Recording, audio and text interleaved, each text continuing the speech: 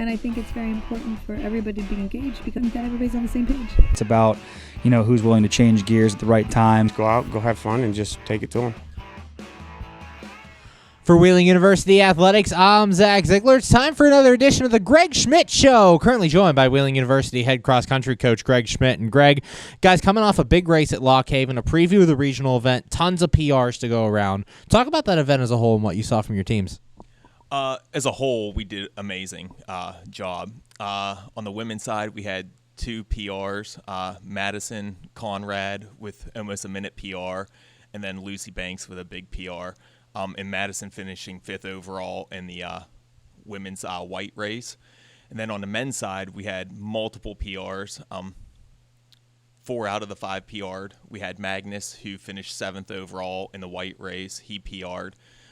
Aiden McKenna was the biggest improvement overall on both sides of the teams. He finished with a 3-minute and 9-second PR, which was huge. So I was very happy. And then Courtney, a little bit under a minute PR of like 50-some seconds. So improvement by everybody, and it was a phenomenal race from everybody. And as a coach, how big is that, seeing all those PRs and seeing your athletes lower the time so late in the regular season? It's right how it should be. The PR should happen at the end, towards the end of the season. Should, at least the way I coach, they should never be at the beginning of the season. I want both the men and women's team to peak at the right time, which would be around conference and NCAA regionals. So with the improvement that they showed me, that's setting them up that I know that they're getting ready to peak for conference and regionals coming up very soon. And looking at the women's side, your top 2 runners both set PRs in Madison Conrad and Lucy Banks. Having those two kind of at the top of the pack, setting those times, how big is that for you, seeing those young players kind of take the lead? That's very big. That's very huge. Once you see some of your different runners taking a different spot on the team, Lucy, has been a solid number 3 for us, but for her to be improving the way she is, I think she could, finish in the top 2 somewhere. And then for Madison Conrad, she's just getting started. I feel like she can go under 23 minutes for the women's 6K, and I think it's going to be at regionals when she does that. So everything's leading up to like a 22:50, 22:55. And throughout the year, we've talked about guys like Magnus and Hunter. Today, I wanted to highlight Aiden McKenna. As you said, the biggest PR at that event at Lock Haven, shaved 3 minutes off his time. Talk about him and kind of how he's worked this season to kind of continue to get better. For Aiden's been one of those people, he just comes to practice, never says anything, and just does what he's told to do. He doesn't say, hey, what are we doing for the workout? He just comes to practice, stretches, lines up, and he just waits for me to say whatever. And it shows. He's a hard worker. He told me the other day, he goes, at the end of the meet, he goes, Coach, I never thought I could run that fast. And I said, I knew you could, and you're just getting to into your potential a little bit. I think he can knock off another, I'd say 35 to 55 seconds at the regional meet running the 10K. Currently joined by Wheeling University head cross-country coach Greg Schmitt. And Greg, as we mentioned, a preview of the regional last race out. How big is that for them to see that regional race before they go run it later in the year and kind of get a feel for it?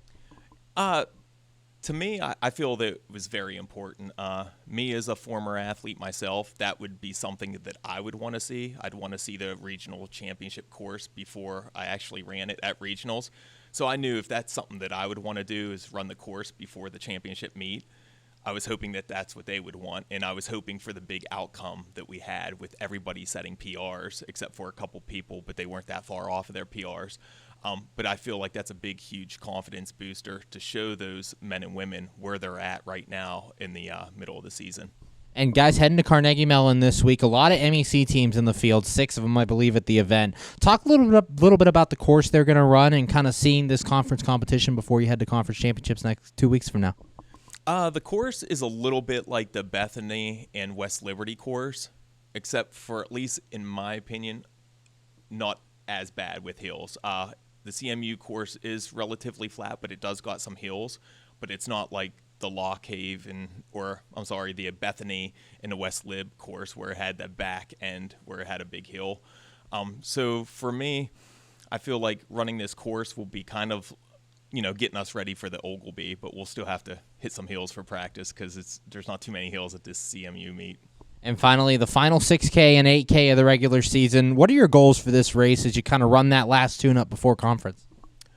I feel like this is a big meet for us, but not too big. I don't want them going in thinking that they need a PR like they just did at Lock Haven.